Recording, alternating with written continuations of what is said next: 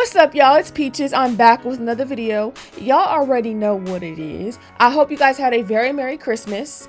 And we're right back on track recording for December, okay? So this set I did last week, right before Christmas. Super duper cute, gorgeous red French tip, heavy on the bling. And I'm gonna show you what I did to do it, okay? So here's the color we're using. Of course, not polished. Big Lip is a really pretty red. And Young Nails Core Clear, as always. So we're gonna go ahead and we're gonna start with the smile line after we've prepped and did all that, of course. So for those of you who are more on the beginner side and you need a more in-depth, really, how do I do a French tip, a reverse French tip, I do have a video on my channel and I will put that link somewhere in the video.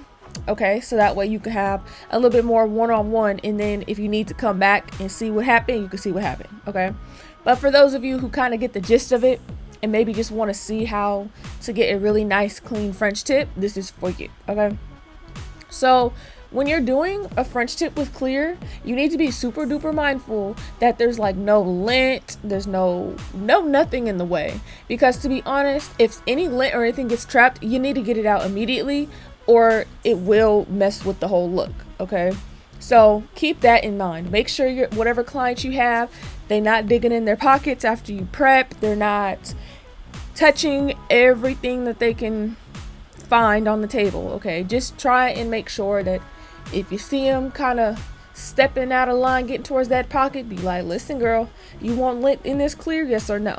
And they'll stop. Okay, so another little tip when doing clear is that clear is, like everyone says, clear is the strongest acrylic. However, when using clear in this way, it's either going to go one of two ways. When you use it, it's either going to really be thick, and I don't even want to say clumpy, but it depends on your monomer to powder ratio. It's either going to be give you really big hump that's going to dry in place and it's going to be harder for you later, or you're going to have a little bit of a flatter apex that you're going to have to probably go back to later, to be honest. Just because when you're working with clear, it just has a tendency to kind of either want to flatten out, you got to play with it, or if you do work not as wet, it's going to dry quickly and you're not going to be able to have time. So that's why I'm using these smaller beads. I'm going in, I am working slightly a little bit wet because I want to make sure the clear gets into all the little nooks and crannies, because the last thing you want is for the clear to be dried up too soon and it does not get everywhere you need to go, because that's going to be hard to try and fix that later. Okay, so really quickly, you guys, I do want to say this video was supposed to be put out yesterday. Today is Monday, December 27th. This video was supposed to be put out yesterday, the day after Christmas. However, you wouldn't believe this, I was having issues with my microphone. So normally it's the storage, but no, apparently some setting on my computer, something updated to where I had to go into my settings and manually allow Final Cut Pro to have access to whatever it was, not the microphone, something else. I had to search all night and this morning to figure out the problem. It was an easy fix, but basically it wasn't allowing me to record nothing. So I was like, dang, what are the odds? But you know what? We're back. We fixed it. It doesn't matter. But I did want to just let y'all know that is why I did not upload yesterday. I was having some difficulties. Okay. So when you're doing the clear, make sure that you are measuring everything to each other. You see, keep doing that, because y'all know acrylic in general, but really clear can be a little bit deceiving, because it might look like it's in place, meanwhile it gravity pulled it a little bit lower than you want it to, and now you got an area that's longer than what it's supposed to be. So keep checking on it, because you have quite some time to work with it. Okay, so just be mindful that you have a good amount of time to work with it, unless you're using speed clear, which I would not recommend unless you are a pro, just because speed clear you don't really have time to play with at all. I don't use it just because, not because I don't think I can handle it, but I really don't use speed clear just because there are certain styles and designs that you need to like have time to play with it, and I feel like if you work wet with speed clear, that it wouldn't have the same effect as this. I feel like if you work wet with speed clear, it would just be overly wet, you know. So next step, because this is in steps, y'all, you gotta first lay the clear on all 10, then come back to this hand, start shaping to fix the length, the size, and the shape to have all the smile lines be the same. Okay, now be careful, because when working with clear, it can be a little bit difficult to kind of see everything. And, you know, just take your time, just look, measure, and keep it pushing. Now, I will say, I like to measure from all angles. You guys already know that. You guys have seen me do French before. But, yeah, so, yeah, time to go with the red. Now, with the red, be careful. I mean, just with any color, be careful. But do not be thinking like, oh, I'm just about to put a big lump. It's going to go wherever, and I'll be able to file it later. That is a mistake. Because what happens when you do that is it will dry. It's going to be very hard to try and file away the excess thickness from the tip and from the smile line. So do you see how I'm just kind of going in with small bits? Because you do not need the tip to be the same exact thickness as a smile line. If you do that, it will be way too thick, and you're going to be working your arm for a while trying to get it down to a decent looking thickness. Because the smile line that we made, I make mine's well, the clear, it is a little thicker because clear is stronger, you know, just period. But I make my smile line a little bit thicker so I can ensure that I have enough support in the apex area to carry the nail. Okay, so be careful. You see how I'm just setting it there, and I'm kind of like, all right, that's there. I'm patting it because I'm trying to ensure the strength in the side walls, because if the side walls are not strong enough, forget it. Okay, it's gonna crack.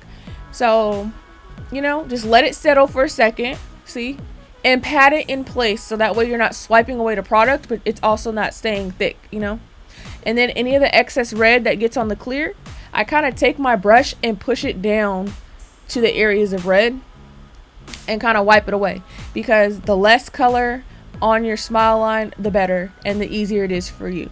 So do you see how I'm keeping the shape to create a really nice French? We don't want to stain the fingers, so that is another reason why you want to be careful. So dry your bead out, so you laying it like you're laying down, like, you know, for just like a plain nail, maybe slightly wetter, and you just mold it around. There's no need to be laying acrylic on purpose onto the smile area, the smile line area. Okay, so just keep that in mind.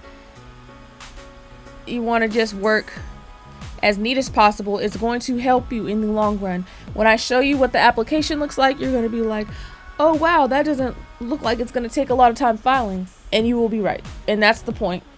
Because girl, French tip is already like a 5-step process. Do not make it more difficult on yourself than it needs to be. Okay, like, don't be scared to get that acrylic up in there, but just do it carefully, because we don't want nothing to be stained at all, nothing on your hands.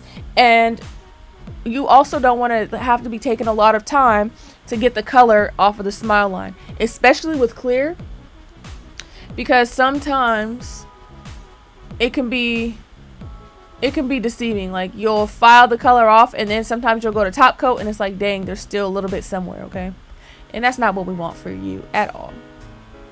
So yes, I do want to point out, I forgot to mention this earlier, you guys. I've done this voiceover so many freaking times due to that little whatever update that just happened, that I can't even remember the main things that I wanted to say at this point. But I did want to point out the look of this clear smile line for the French. That was the client's preference. She wanted it to be clear. I know her nails are showing through underneath. Her nails are actually cut down and stuff, but she does have nails that the white part on the front, hers is just there no matter what. Like, some people's is small, some people's you can cut past and it won't hurt them or anything like that. The way her nail grows, that's just how it grows. So just let your client know that if they ever want to do like a nail, a clear nail or something where the majority of their natural nail is showing through, just let them know like, hey, you know, this is as low as I can pretty much cut or file your real nails. Just know this is going to show through, and give them the option, because some people really ain't into that, and some people don't mind it as long as they're getting the overall look that they're asking for. Okay, so that's just keep that in mind. Okay, so we're about to be done, and I'm about to show you a little clip of application, I believe. So let's see here. Boom, application only. Do you see? It's pretty nice and neat. We're not gonna have to do too much. So I've already filed the cuticle area, and I have went underneath to make my C curve.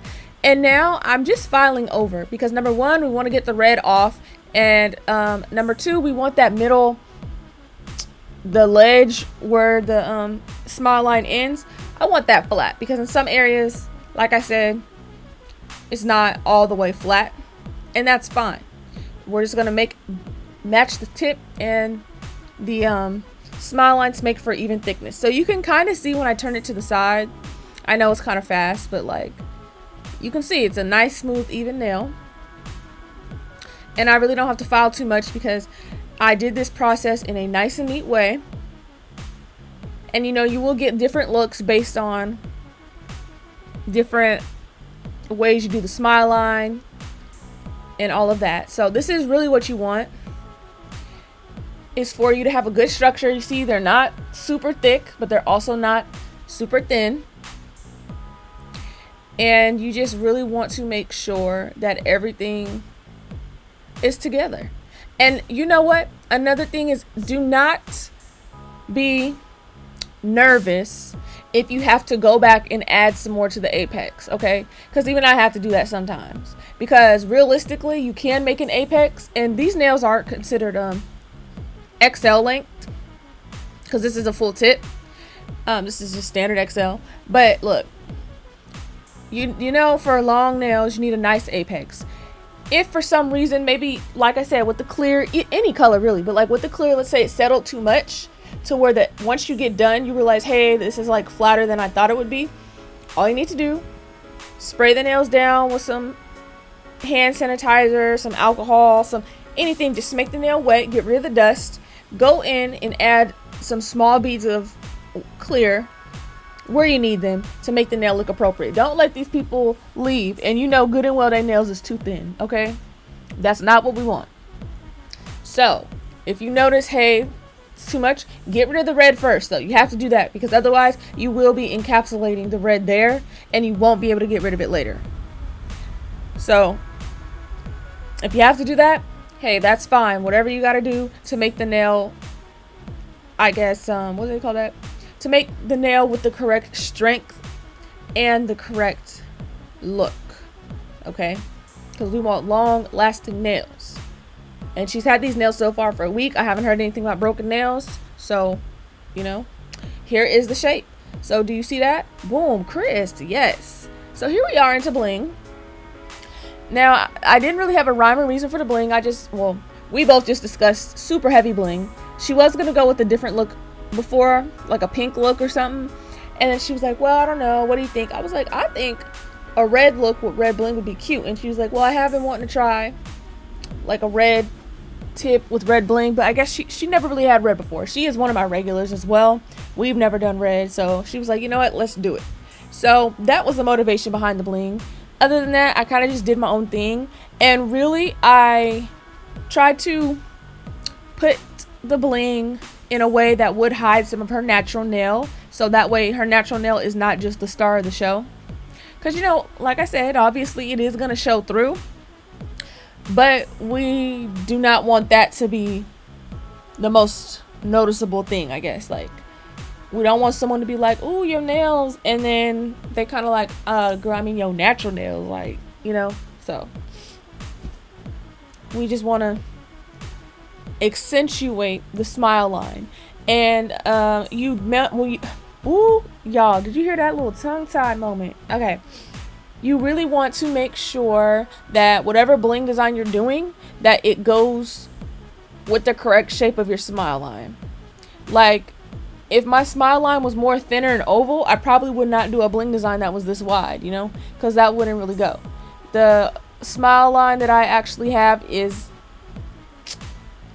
on the bigger side, but it's not, it's like smack in the middle of being oval and circular, kind of. So yeah, just keep that in mind. You want to make sure that it's centered, especially with French tip, because the smile line, you know, even if it does not come to a point or a real like oval shape, you'll still be able to tell if something is off, you know. So just double check everything, make sure your smile lines are all straight before you even start this. And yeah, you know, just have fun with the bling. Have fun with the bling. Oh my goodness, you guys, tell me why I just finished these last couple minutes of the voiceover and I accidentally freaking deleted it. Oh my gosh, I was sitting over here saying so many things, I just deleted it. That's a shame. That's a shame. Okay, that is a shame. But we're gonna get through. This is at least the 20th voiceover that I have done, and we're gonna get through it. This is gonna be the last one, so I can save this video so I can upload it to YouTube. Okay. What I was saying was, don't worry if you feel like your bling design isn't coming together, because as soon as you feel like, you know what, something about this ain't sitting right, just remove it. And if you're a person that is using, you know, gels and stuff to cure your bling onto the nail, if you see that it's not right, do not put it into the gel lamp. Don't do that. Fix it beforehand. You know, you have time to move it around. If you are a person who uses just glue like I do, you kind of have, even though it does dry within a couple seconds, you do have a little bit of time to play with it and work with it. Y'all, I apologize about the phone in the back. Y'all, it ain't nothing I can do about that. It's just gonna have to ring. So, you know, don't get discouraged if you feel like, oh, it's not looking a certain way or whatever. Baby, you can remove it anytime you want. See how it's still kind of like wiggly, even though I did put that down? I would have time to, if I didn't like that, I could take it off. So, you know, just kind of go with the flow. Do what you feel looks best. Everybody has to, you know, practice when it comes to bling. And if you're really not sure, you can always get some nail inspo, and it ain't nothing wrong with that either. You don't have to be a person like me who just kind of goes off the dome. This is just how I like to work. I understand everyone doesn't work like that, so just work in the way that suits you, boo. Okay? So I really hope you guys enjoyed this video. I really want to know what else you guys want to see from me. I'm so excited about where YouTube is going. I appreciate all of the subscribers that I've recently gotten.